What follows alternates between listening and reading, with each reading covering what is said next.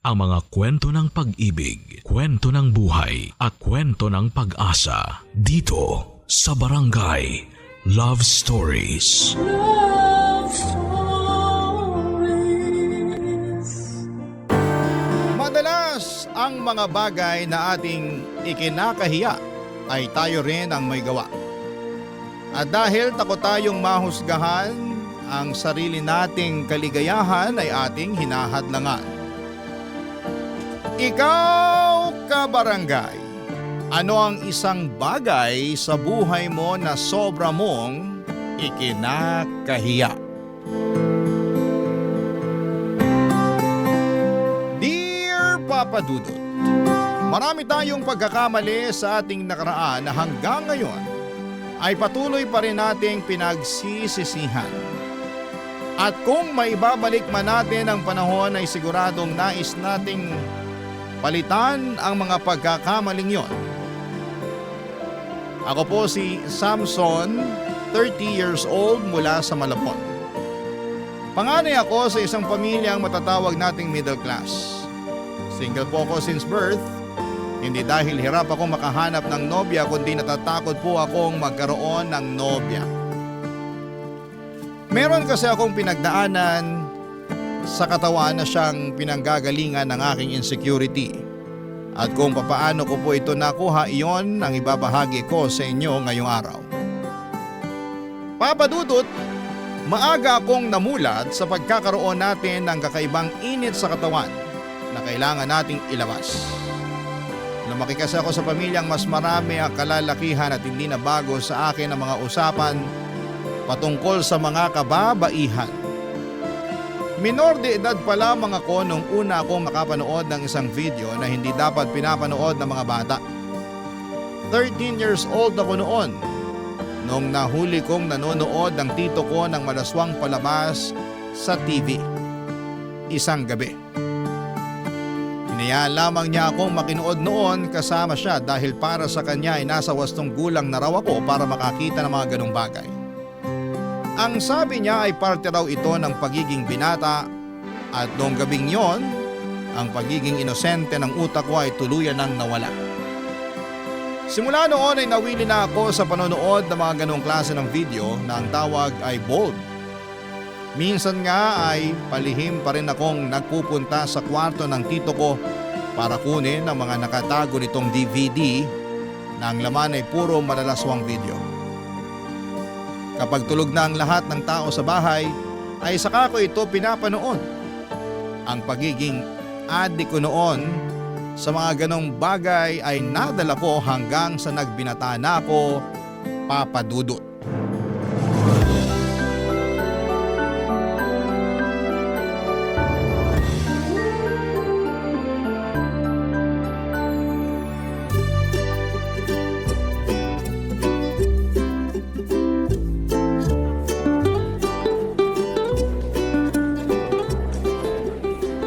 Pre, may kopya ka ba nung klinase natin kahapon? Kahapon? Alin doon? Yung diniscuss ni Mrs. Garcia. Papasa naman ako sa email oh. Kinopya mo sa flash drive mo yung lesson natin kahapon, di ba? Oo, nasa akin na. Yung naka-PowerPoint yon. Oo, yun nga. Tinamad ako mag-take notes kahapon eh. Hindi ko alam na magpapaquiz pala siya bukas. Sa iba nakapag-focus yung utak ko eh. Saan ka na naman ba nakafocus? Sa katawan na naman niya, no? Kahit kailan talaga, napakaano mo. Hindi ko nakasalanan yun. Magsuot ba naman kasi siya ng hapit na damit? Walang niya ka talaga. Yang utak mo napaka-green-minded. Oo, green-minded talaga. Lahat na lang ng babaeng nakikita mo, pinagnanasahan mo. Wala kang sinasanto ah. Pati yung teacher nating may asawa na mukhang papatulan mo pa. MILF eh. Anong MILF? Hindi mo alam kung anong MILF? Kailan ka ba pinanganak? Kahapon? Hindi naman kasi kasing dugyot ng utak mo, tong utak ko. Search mo na lang sa internet para may dagdag kaalaman ka. Sira ulo, kung ano-anong nilalagay mo sa utak ko. Tanda-tanda mo na wala kang alam sa mga ganyang bagay. Daig mo pa kinder ah. Alam ko kung ano yun. Ikaw naman, naniwala agad. Nanonood din ako niyan dati. Akala mo ikaw lang. Nice! Kaya tayo magtropa eh. Iisa lang hulma ng utak natin.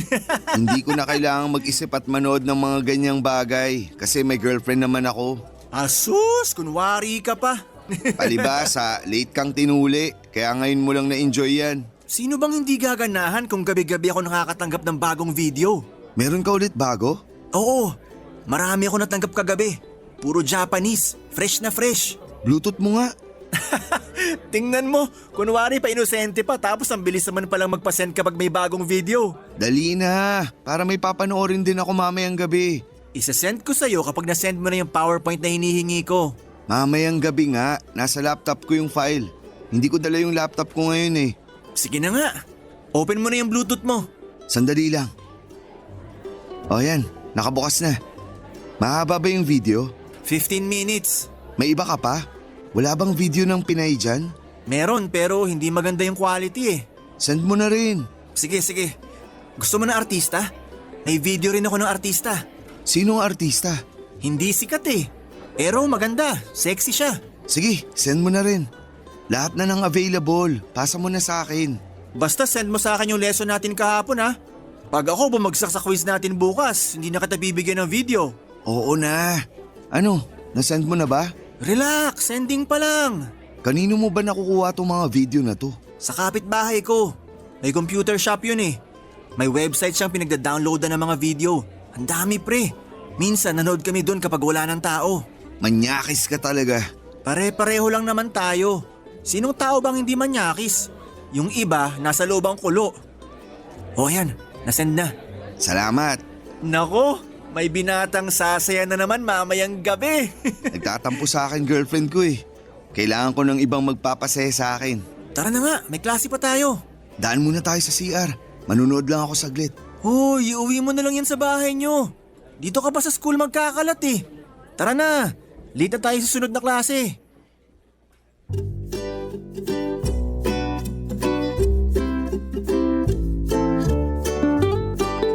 Papadudot, aminin man natin o hindi, ay lahat tayo, mga kalalakihan, ay nakapanood na ng at least isang malaswang video sa buhay natin. Ang nasa isip ko noon ay natural lang naman ito para sa ating kalalakihan, lalo na sa mga binata, kung saan ay kainitan pa ng katawan nila. Sa halip na gumawa ng isang bagay kung saan ay pwede kang makadisgrasya ng babae, ay mas mainam na suluhin mo na lamang ang init ng iyong katawan. Noong college ako ay naging tambayan ko na ang computer shop. Nandun ako hindi para maglaro ng online games katulad ng ginagawa ng ibang estudyante, kundi nandun ako para manood at mag-download ng mga video na ito. Sa katunayan ay bumili pa nga ako noon ng pagkamahal-mahal na flash drive. Doon ko inipon ang mga videos na nakukuha ko online. Karaniwan ay puro ito Asian videos at kung ano-ano pa. Ang mga videos na yon ang naging pampatulog ko noon. Naging ritual ko na ang gabi-gabing nanonood ng mga video sa puntong kapag hindi ako nakakapanood nito ay nakakapagpalabas ng init ng katawan ay nagkakaroon ako ng insomnia. Wala akong bisyo maliban sa pagiging addict nga sa panonood ng mga video na ito. Araw-araw walang mintis naging parte na ng buhay ko ang panonood ng mga videos. Dumating noon sa puntong habang naglalakad ako sa labas ay nag-i-imagine pa ako na ako ang bida sa isang video. Ganun na kalala ang sitwasyon ko. Sobrang saturated na ang utak ko na kahit wala pa akong personal experience, pakiramdam ko ay pro na ako sa ganong larangan.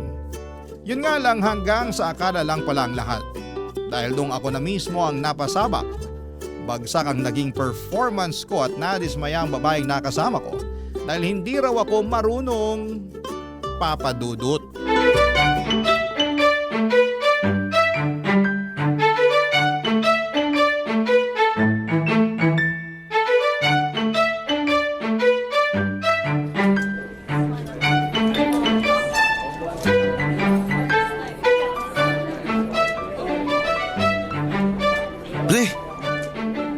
Uy Omar, takte nanggugulat ka naman eh.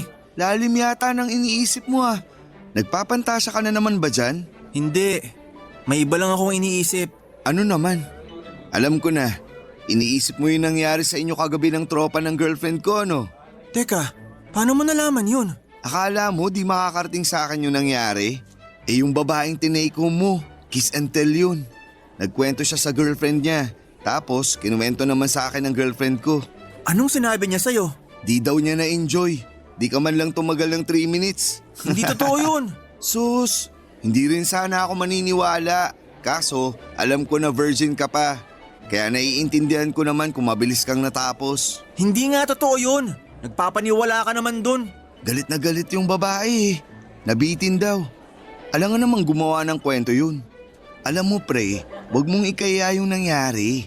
Lahat naman tayo dumaan sa ganyan eh. Nung first time ko nga, di ko rin alam ginagawa ko eh. Ganon din ba nangyari sa'yo? Hindi. Tumagal naman ako.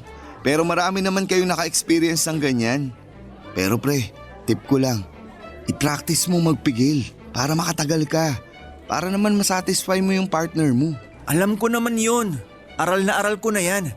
Nanibago lang talaga ako. Iba naman kasi yung napapanood mo sa video kaysa sa totoong buhay. Hindi lahat ng nakikita mo sa video, ganun na ganun sa realidad. Magkaibang magkaiba yun. Nadala lang naman ako kaya ganon yung nangyari. Masyado lang sigurong na-excite yung utak mo. Ilang taon ka ba naman kasing nagpapantasya?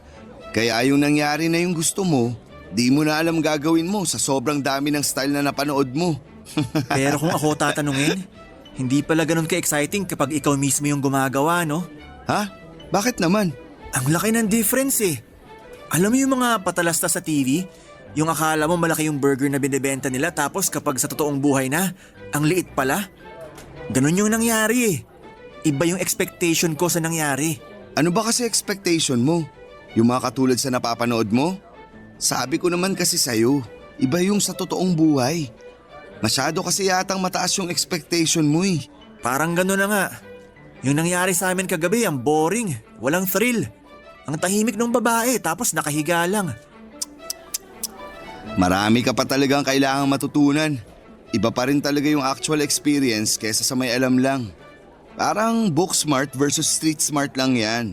Kapag pinaglaban mo yung dalawa, mas madiskarte yung street smart kaysa sa natuto lang sa libro. Sabihin mo na lang sa kaibigan ng girlfriend mo na wag nang ipagkalat yung nangyari. Nakakahiya eh. Pati rin naman sa kanya pangit din experience ko eh. Hindi ko naman pinagkalat. Ganun talaga. Maraming tao ang kiss and tell. Hayaan mo na.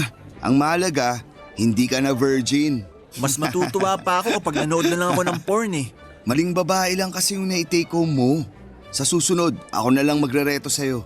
Ipapakilala kita sa marunong. Ibibigay mo sa akin yung mga pinagsawaan mo na? Wag na. Para lang naman maging praktisado ka. Ayaw mo nun? Ayoko. Ayos na ako sa isang beses. Maghanap na lang ako ng girlfriend. Mas safe. Sa bagay, mas maganda nga yun kaysa pa iba-ibang babae. Baka mamaya makilala mo si Aida nang wala sa oras. Aida? Sinong Aida? AIDS kasi yun. Aida tawag nila sa AIDS. Ah, gets. Sa panahon ngayon, mahirap na kapag nahawaan ng sakit. Kaya mas magandang maging safe na lang. Mas maganda yung pa-video-video na lang. Oo, mas safe nga yun.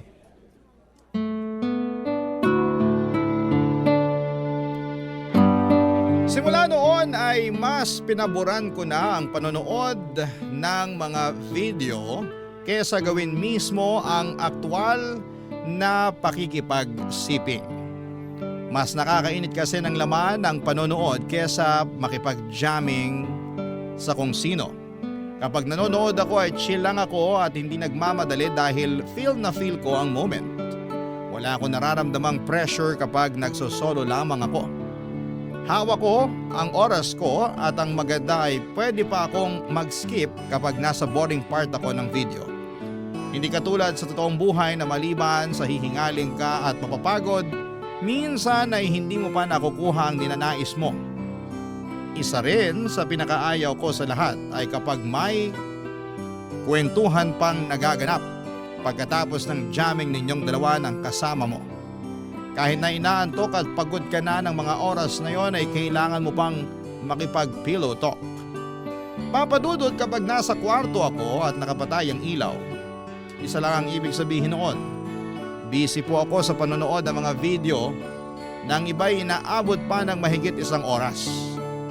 Suot ang earphones para naka full volume at gamit ang aking kamay para hawakan naman ang mouse.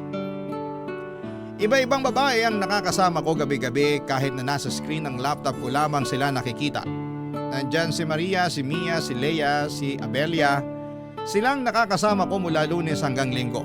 Pagkatapos ng session namin ay nagiging mahimbing na ang tulog ko at yung feeling na yon ang lagi kong hinahanap-hanap noon.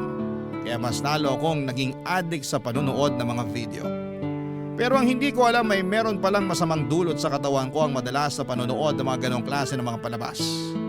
Noong napagtanto ko ito ay huli na ang lahat. Ramdam ko na ang side effects na pagiging addict ko sa porn at hindi ko na alam kung papaano ko ito susolusyonan. Ng mga panahong yon, Papa Dudut. Barangay Love Stories. Barangay Love Stories. Taon ang lumipas hanggang sa tumanda na ako ay nagpatuloy ang pagiging addict ko sa panonood ng mga ganong klase ng video. Noong mga panahong yon ay nakatagpo ako ng isang babae na nagustuhan ng puso ko. Itago na lang natin siya sa pangalang Elaine. Nakilala ko siya sa isang seminar at pinadala ako noon ng company ko para sumailalim sa seminar sa Batangas. At doon ay naging close ko si Elaine. At sa 3 araw ng pagsasama namin sa event, nagpatuloy ang pagkakaibigan namin sa social media hanggang sa sinubukan ko siyang ligawan. At sinuwerte naman ako dahil sinagot din naman niya ako. Si Elaine yung tipo ng babae na nasa loob ang kulo. Tahimik siya, mabait at mahinhin kapag nasa harapan ng mga tao pero kapag dalawa na lamang kami ang magkasama ay napaka-wild niya. Sasabihin niyo siguro na bagay para sa akin ang isang tulad ni Elaine dahil pareho kaming mainit sa maraming aspeto pero nagkakamali kayo. Ang personality na yon ni Elaine ang isa sa mga pangunahing problema ko noon. Noong nagsisimula pa lamang ang relasyon namin. Lagi kasi siyang nasa mood, Papa Dudut. Kapag magkasama kami ay kailangan ay palaging may nangyayari. Nang mga panahong yon, kung bata-bata pa lang sana ako ay siguradong G ako sa halos araw-araw na pag-aaya niya sa akin. Pero nang panahon kasi na yon ay pinagdadaanan ko na ang resulta ng pagiging addict ko sa panonood ng mga videos. Nakakahiya mang sabihin pero noon ay hirap ko nang patatagin si Baby Junjun. Mahirap itong bumangon on the spot at kinakailangan ko pang manood ng video para lamang mabuhay ang flagpole ko. Iyon ang karaniwang pinagmumulan ng away namin ni Elaine. Dahil lagi ako noong nagrarason tuwing in the mood siya at hindi ko siya mapagbigyan, Papa Dudut.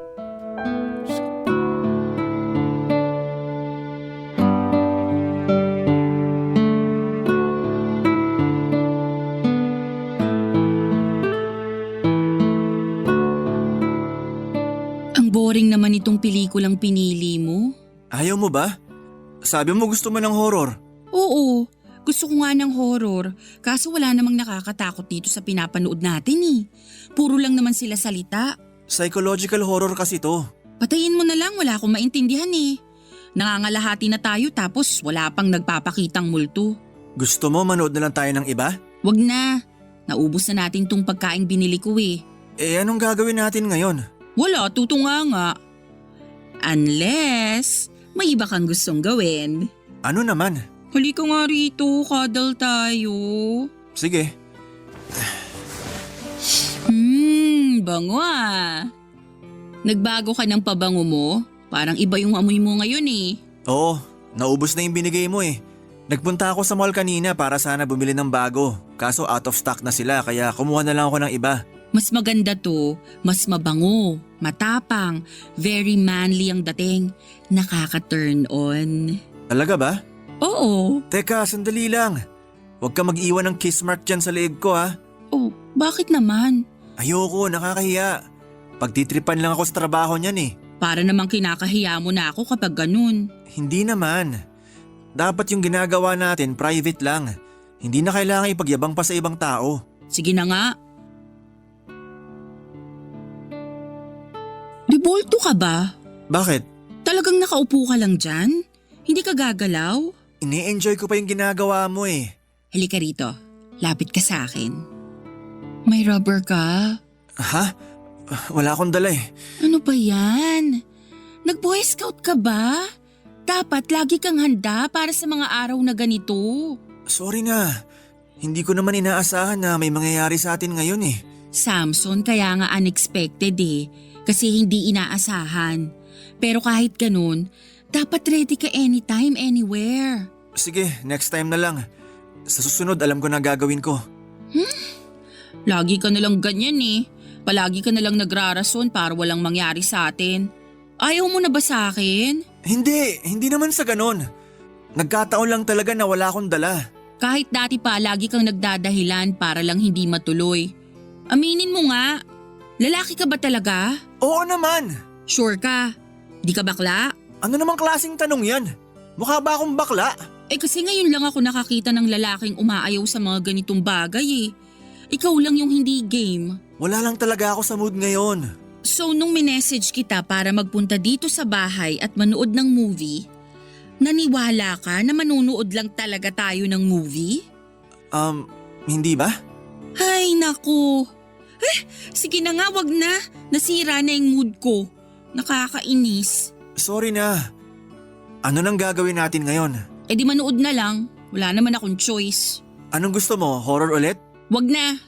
Kakapanood mo ng psychological horror. Ikaw na yung may tama sa utak. Ako na pipili. O sige, eto yung remote. Papadudot, dumating na ako noon sa point na nauubusan na ako ng irarason kay Elaine.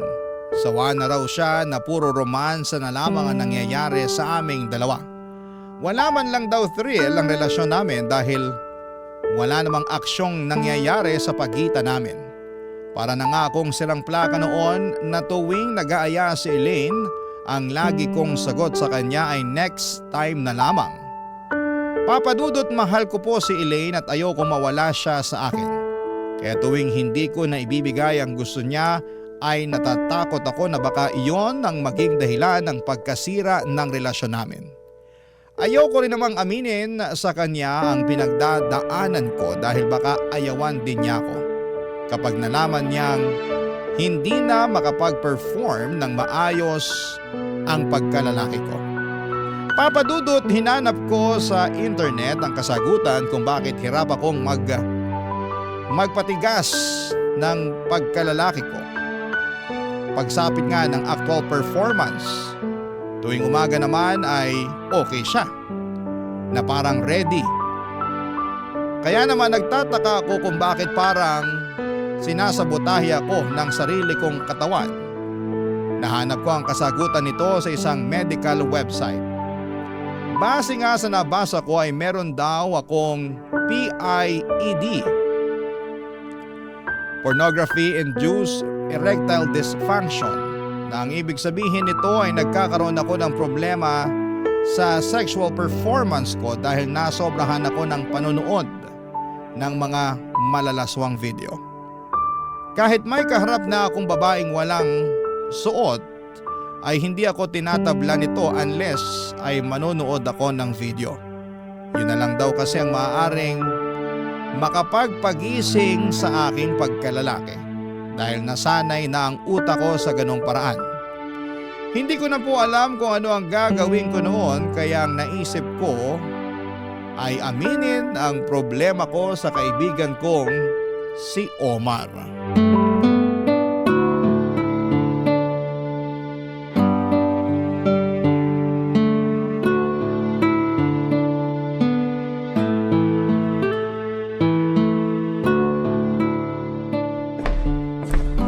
Oh, eto, beer. Salamat pre. Mabuti na lang may stock ako rito sa bahay para may pagsaluhan tayo habang nag-uusap. Ano bang meron? Ba't bigla kang nakaalalang bumisita rito sa bahay? May problema ako pre. Kailangan ko ng tulong mo. Nako, kung usapang pera yan, wala akong maitutulong sa'yo. Alam mo namang kakapanganak lang ni Mrs. Marami kaming ginastos nitong nagdaang buwan. Hindi pera yung problema ko. Huwag kang mag-alala, hindi kita uutangan. Eh ano, babae? May problema kayo ni Elaine. Medyo tungkol dun nga yung problema ko ngayon. Nag-away kayo? Ano nangyari? Hindi kami nag-away. Wala siyang kinalaman sa pinagdadaanan ko ngayon. Pero apektado siya sa problema ko. Diretsahin mo na lang kasi ako. Ano bang meron? Hindi mo na siya mahal. May side chick ka. Wala, hindi ganon. Ako yung problema. Problema ka ng problema. Di mo na lang sabihin kung ano. Ano ba kasi yun? Nakakahiya kasi. Hindi ko alam kung paano ko to sasabihin sa'yo. Na ano? Huwag mong sabihin bakla ka. Hindi ako bakla, ano ba? Ba't ba yan yung lagi niyong sinasabi? Ang gulo mo kasing kausap eh. Paligoy-ligoy ka. May problema kasi ako sa dito. Saan? Sa pagkalalaki ko. Matagal ko na tong pinoproblema eh. Ha? Ano? 30 ka pa lang ah. Hindi ba dapat tsaka lang natin poproblemahin yan kapag 70 na tayo? Sakit yan ng matatanda eh. Ewan ko nga rin. Kaya nga ayoko makipagtali kay Elaine. Kasi alam kong hindi ako makakapag-perform ng maayos. Wala na nga akong mairason sa kanya eh. Sabihin mo na lang sa kanya yung totoo. Paano kung hiwalayan niya ako? Wala tayong magagawa. Kasalanan mo rin kasi yan eh. Wala ka bang alam na gamot nito? May mga nabibili naman online. Yung mga galing China na herbal medicine. Meron din sa pharmacy. Yung mga sinasabi nilang pampainit at pampadagdag ng energy.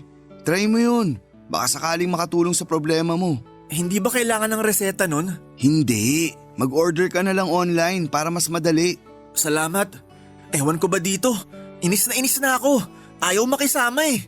Nako, mukhang problema na yan sa utak kung ganun. Magpa-check up ka na kung ganyan na kalalayan. Baka naman madaan pa sa gamutan. Subukan ko munang bumili ng sinasabi mo. Sige, baka sakaling tumalab.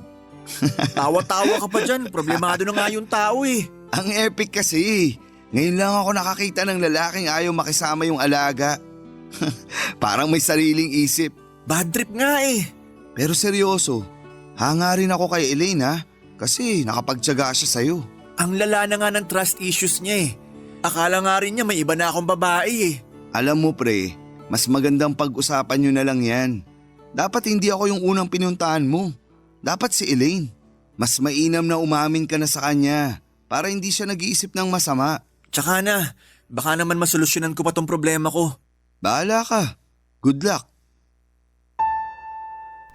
Noong time na yon ay magulo na ang relasyon namin ni Elaine at pinag-iisipan na ako ng masama ng girlfriend ko dahil hindi ko maibigay ang gusto niya.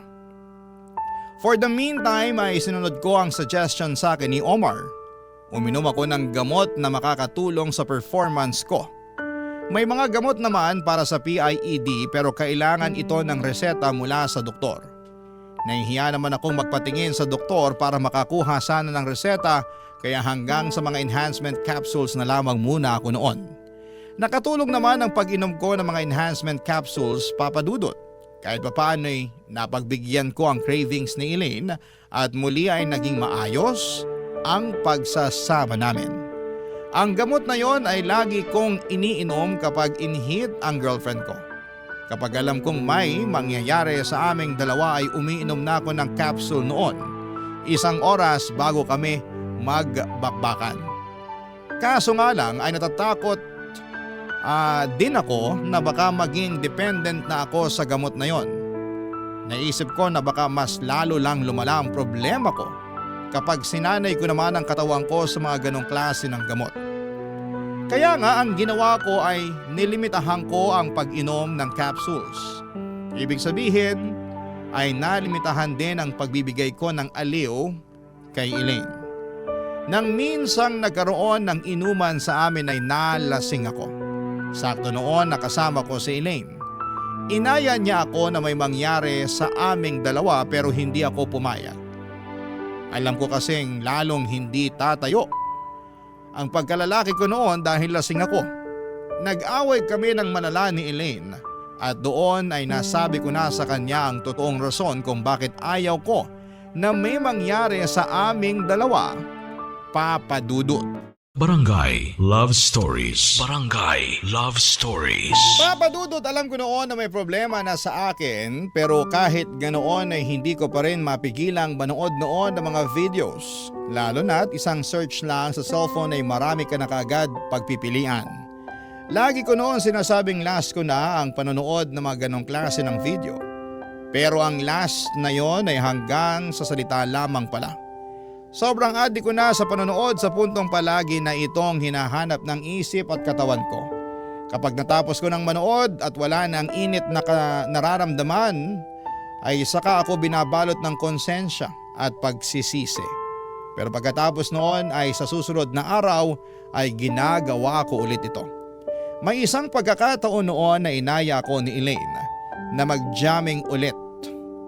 Lasing ako noon at wala akong dalang gamot na pampabuhay para kay Junjun. Nag-away kami at dala na rin ng alak sa sistema ko ay nasabi ko sa kanya ang problema ko.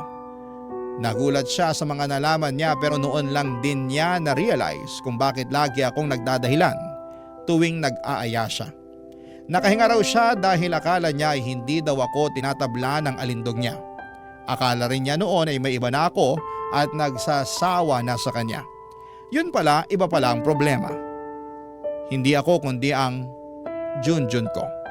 Para patunayan sa kanya ang problema ko ay pinagbigyan ko siya sa gusto niya. Hindi ako uminom ng gamot at hindi rin ako nanood ng video para makita niya mismo ang problema ko.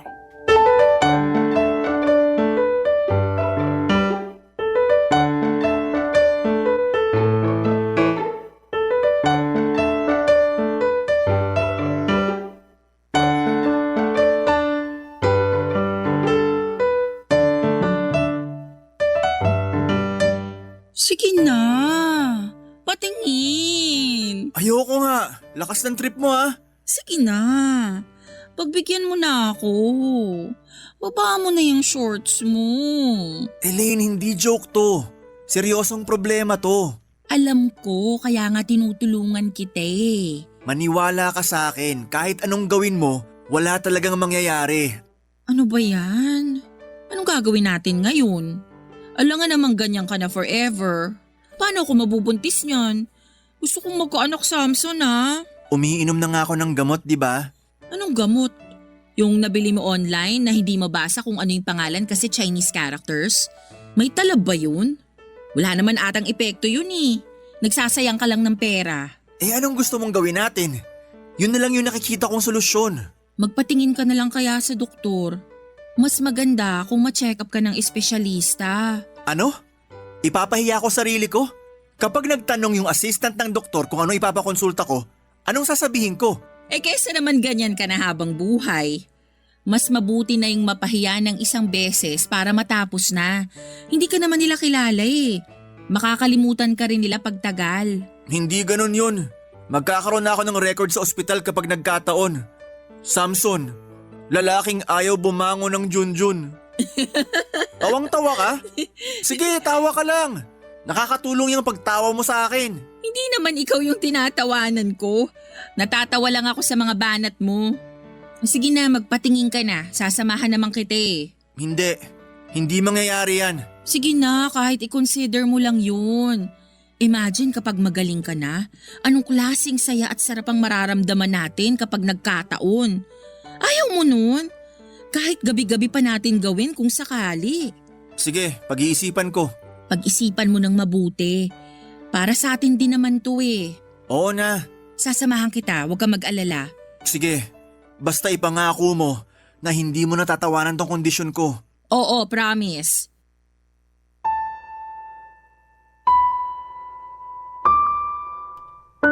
Matagal bago ako napapayag ni Elaine na magpakonsulta sa doktor.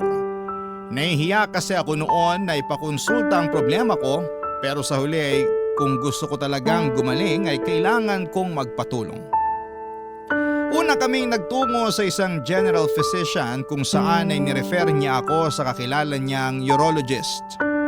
Doon ay nakumpirma nga na mayroon akong PIED. Nakadepende na lang daw kasi ang pagising ng alaga ko kapag nanonood ako ng video dahil yun ang naging trigger ng utak ko.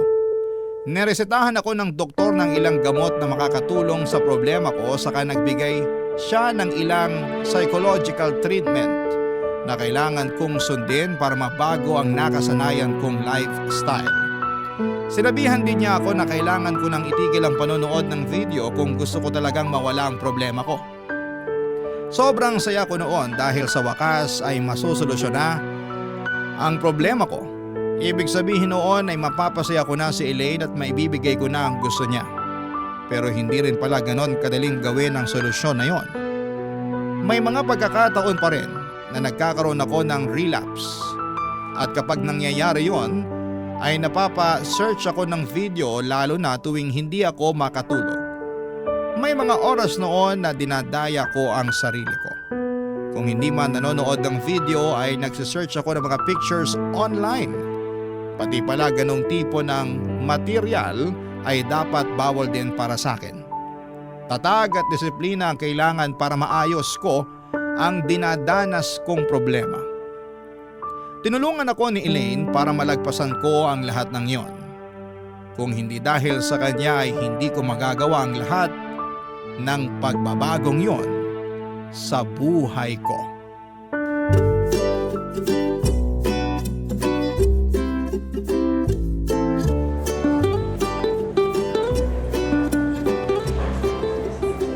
Hoy Elaine, kumain ka na dyan. Anong iningiti-ngiti mo dyan mag-isa? Wala. May naalala lang ako dito sa hotdog na ulam ko. Oh, ano na namang iniisip mo? Akala ko green-minded na ako.